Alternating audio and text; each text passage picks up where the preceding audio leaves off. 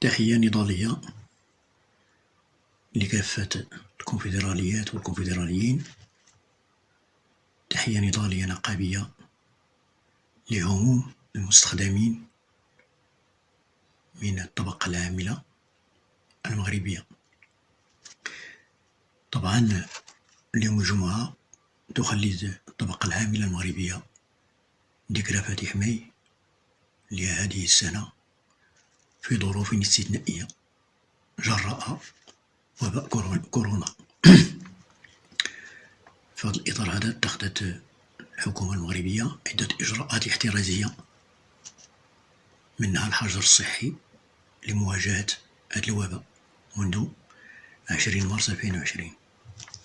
ولكون هذه الإجراءات عمقت من صعوبة الأوضاع المعيشية لعموم العاملات والعمال والمستخدمين بعد توقف الشغل بعدد من المقاولات الصغرى والمتوسطة وعدد من المؤسسات الإنتاجية، وكذلك في وسط المهن الحرة، رغم ما أقدمت عليه الحكومة من إحداث صندوق خاص لتقديم الدعم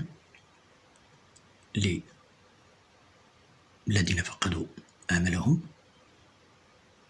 أو للأسر التي تعيش وضعية الهشاشة والتي تأثرت بهذه الإجراءات. إلا أن هذا غير كافي، في نظرنا هذا غير كافي. وقد اتخذت الكونفدرالية الديمقراطية للشغل شعار فاتح ماي لهذه السنة مواصلة النضال من أجل إعادة بناء الدولة الاجتماعية لمواجهة أزمات وصدمات المستقبل. وبالنسبة لنا في الاتحاد المحلي للكونفدرالية الديمقراطية للشغل في تارودانت، نسجل بالمناسبة غياب الإرادة السياسية لدى الحكومة لإجراءات حوار اجتماعي بناء ثلاثي الأبعاد بين المركزية النقابية والباترونة، التراجع المستمر على مستوى الحقوق الشغلية وضرب المكتسبات الاجتماعية والحقوقية، الحق في الإضراب. وما أقدمت عليه الحكومة حاليا هو الاقتطاع الإجباري من أجر الموظفين. لم تكتفي الحكومة بهذا، بل عملت على تحضير سن قانون جديد 2022 الذي صادق عليه المجلس الحكومي بتاريخ 19 مارس 2020 للمزيد من التضييق على الحريات، خدمة لمن؟ خدمة طبعا لمافيا الفساد المالي والاقتصادي. كما سجلنا كذلك تراكم ملفات مطلبية لعدد من القطاعات،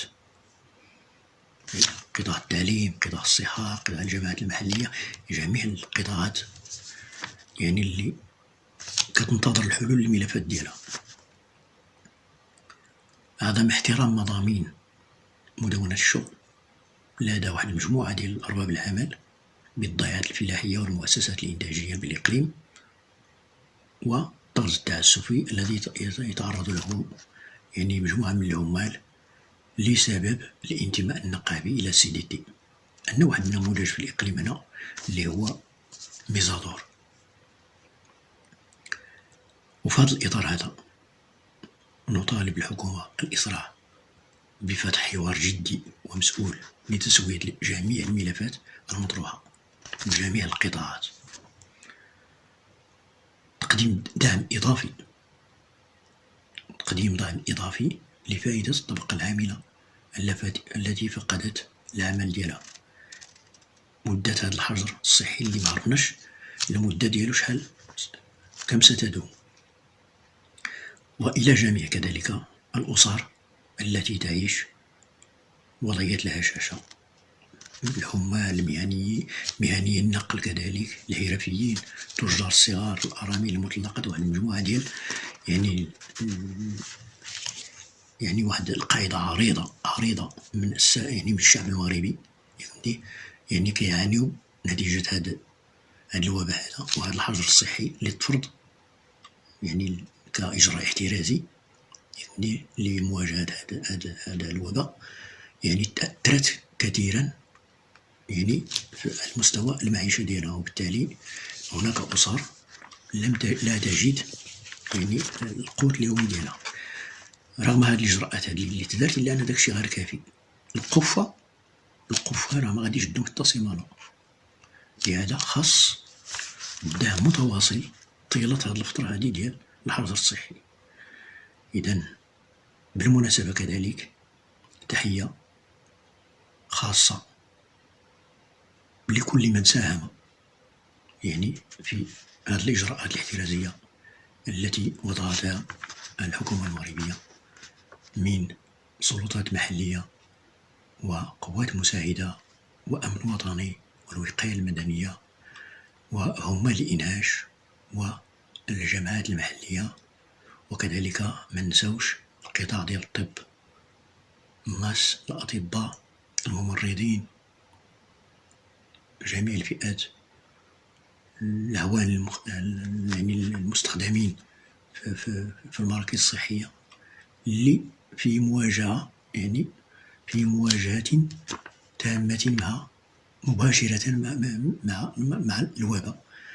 كنحييهم على التضحيات ديالهم، كنحييهم على التضحيات اللي كيقوموا بها يكمدي في سبيل سلامتنا وإنقاذ أرواحنا.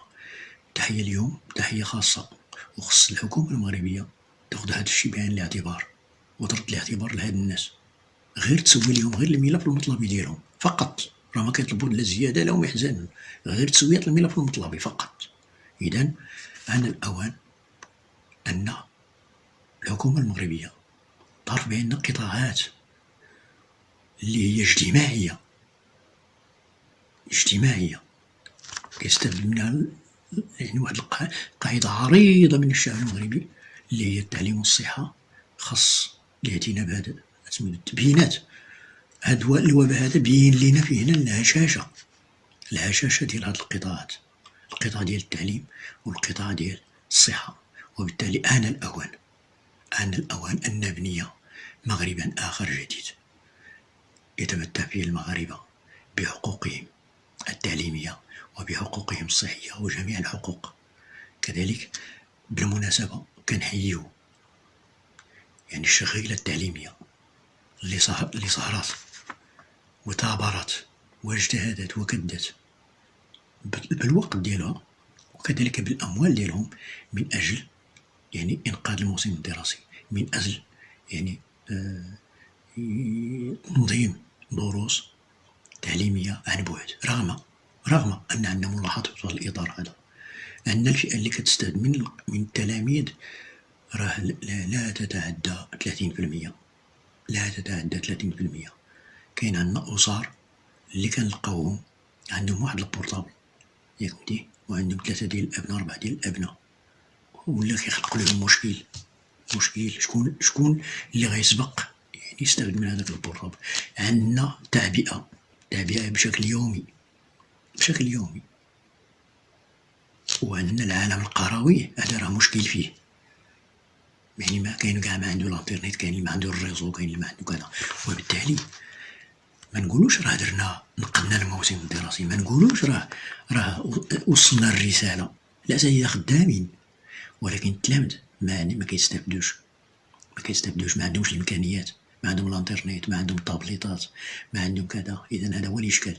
يعني هذه كانت تجربه مزيان انه ناخذ منها دروس يمدي للمستقبل باش نهيئوا يعني الاساتذه ديالنا بعدا نكونوهم في هذا الاطار هذا، وكذلك يعني نوجدوا البنيه التحتيه باش يكون عندنا هذا التعليم بهذه الطريقه هذه عن بعد.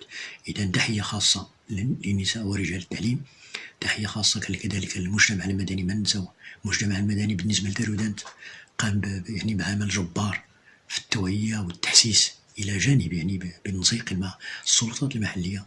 اذا كنحييو الجميع على هذا يعني المثابره وعلى النجاح. استطعنا فعلا انه نحافظوا على اقليم دارودانت، يعني ما عندناش زيرو يعني صفر يعني إصابة. وبالتالي كنهنيو نفوسنا، وخصنا نستمروا في التعبئة، ونستمروا في التوعية. وخصنا يعني المجلس الإقليمي، كنطالبوا المجلس الإقليمي أنه يزيد يعني في الدعم لهاد الأسر اللي هي في أمس الحاجة إلى سميتو. راه الناس ما خدامين، حصلوا وعندهم وليدات، كاين اللي عنده يعني حتى والديه. وبالتالي الله يخليكم زيدوا الدعم الكافي يعني فهاد سميتو. خص الجماعة المحلية حتى هي خصهم حتى هما يزيدوا في الدعم. راه ما عندنا شي إجراء أخرى غادي نديرو، ما عندنا برامج أخرى غنديروها إلا أنه نعاونو هاد الناس باش دوز هاد الوباء هذا، وهاد الظروف الصحية تدوز في أحسن حال ياك بدي. وبالتالي يعني أقل الأضرار، وما نخليوش الناس كيموتوا بالجوع. وتحية خاصة لوسائل الإعلام الجادة اللي فعلا واكبت جميع الأنشطة، سواء اللي كتقوم بها السلطات المحلية، سواء اللي كتقوم بها الأطباء الأطباء، أو اللي كتقوم بها النساء ورجال التعليم، أو كذلك اللي كيقوم بها يعني المجتمع المدني. إذا تحية لكم جميعا، وإلى فرصة إن شاء الله، والسلام عليكم ورحمة الله تعالى وبركاته.